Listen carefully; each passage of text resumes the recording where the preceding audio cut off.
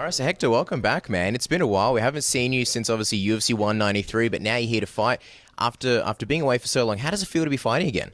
It feels great, and I'm excited to be back. And yeah, You've had some fights over the last few years, but none of them in Australia. Last fight in Australia was 2012. Is it especially special for you fighting in Australia again? How does that feel?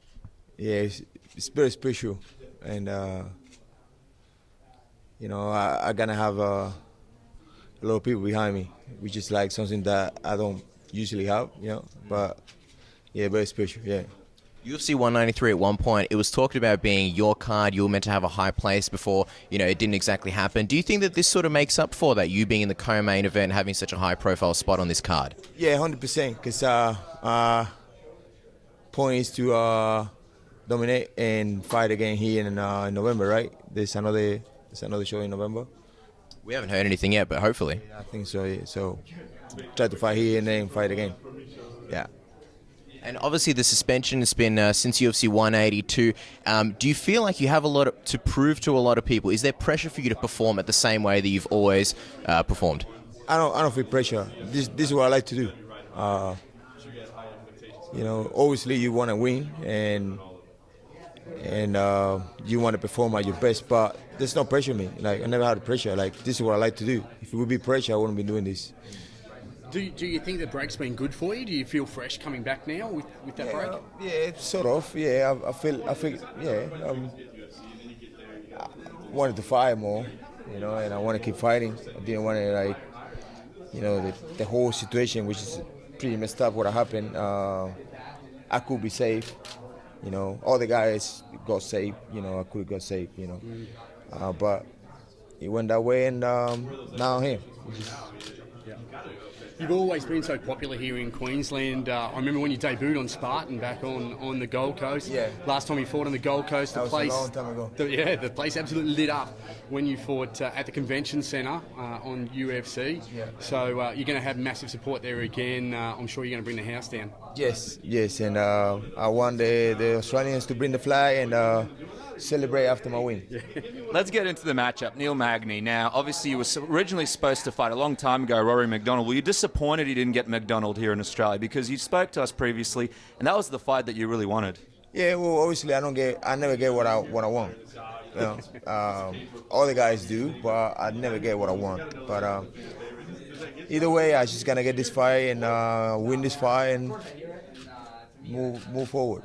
Even though you're the favourite here in Australia and a lot of people are going to be cheering for you, on the odds, Neil Magny is actually the person that's been picked as the favourite. What do you think about that? What do you think about him being the favourite going into this fight? I like that, I have nothing to say about it. He's a rangy guy, he's got a long reach, he's got good cardio. What do you think his biggest strengths are, and what do you think you can take advantage of in the fight? I think he's just going to be running and stuff like that. Try to use the reach, but it ain't going to happen. A lot of people are sort of nervous because they're worried about ring rust. Do you worry about ring rust coming back after such a layoff? No, and no. How do you combat that? How do you come back without having to deal with something like ring rust? I never had a ring. I never had none of that. I never.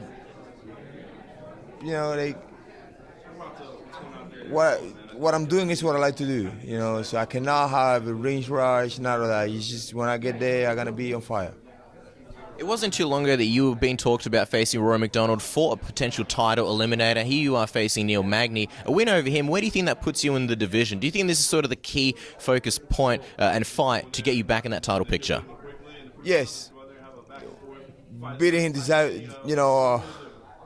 if I KO him, what are they going to say now? Like, the one guy's a finish fight. If you're finishing, what's going to happen? Just on that title picture, who do you think should be next? Robbie Lawler, your training partner, he's the champion at the moment. There's a lot of potential contenders. You got Stephen Thompson, maybe Nate Diaz. Do you have any preference over who fights him?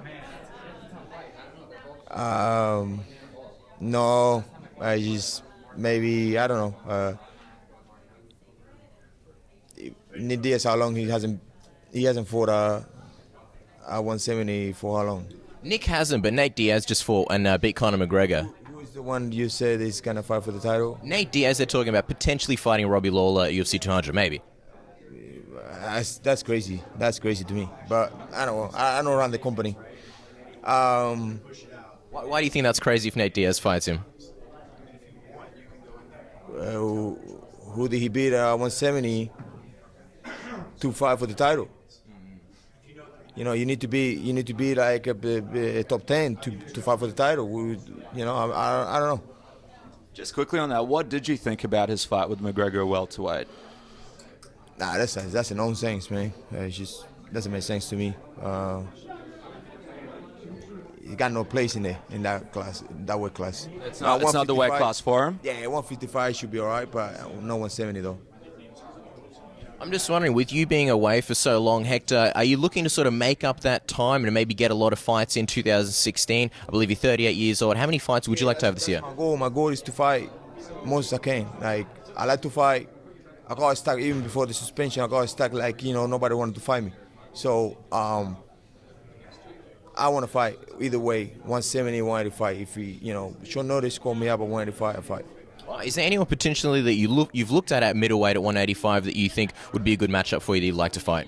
I would like to fight. I would like to get a fight again. Musashi would like to fight him again. There's a lot of guys at 185 that I want to fight. I'm cool. I'm keen for that too. Anderson Silva's looking for a big fight. If you have a dominant showing here, would you be potentially looking to call him out for a big fight? Yeah, 100%. You know, we love to fighting. If you had your choice this year, 2016, how many fights would you like? 3, 4, 2? Yeah, 5, 6. 5, 6 fights. That's a lot of fights. Yeah, I did it before. We'll be seeing a lot of Hector Lombard. Let's finish on this. The prediction for this fight. You mentioned that Neil Magny is obviously coming into this fight. He'll be a tough challenge, but how do you see yourself beating him? I don't see he's gonna represent any issues. You know, I see like he's talking it up. You know, come on. I've been in the sport longer than anybody here. Okay, you know, just I don't care if they put me as underdog, whatever. I'm gonna shut him up quick. You're gonna feel the pressure. You're gonna feel like different level. Staying with the different level fighter. I've been fighting the big names, man. And I'm gonna prove it. I'm gonna prove it that it's gonna run with it, you know, with me in it. So what can I say? And jump in the octagon with the Australian flag when it's all done. Yeah, and make sure you bring the flag, hey, because last time I had an issue. I couldn't find the Australian flag. I was kind of like had to jump across the road and grab some guy over there that had the flag and didn't want to, you know, put the flag up and stuff like that. So don't let that thing happen again. Thank you so much for your time, Hector. Thank you, guys. Thanks, man.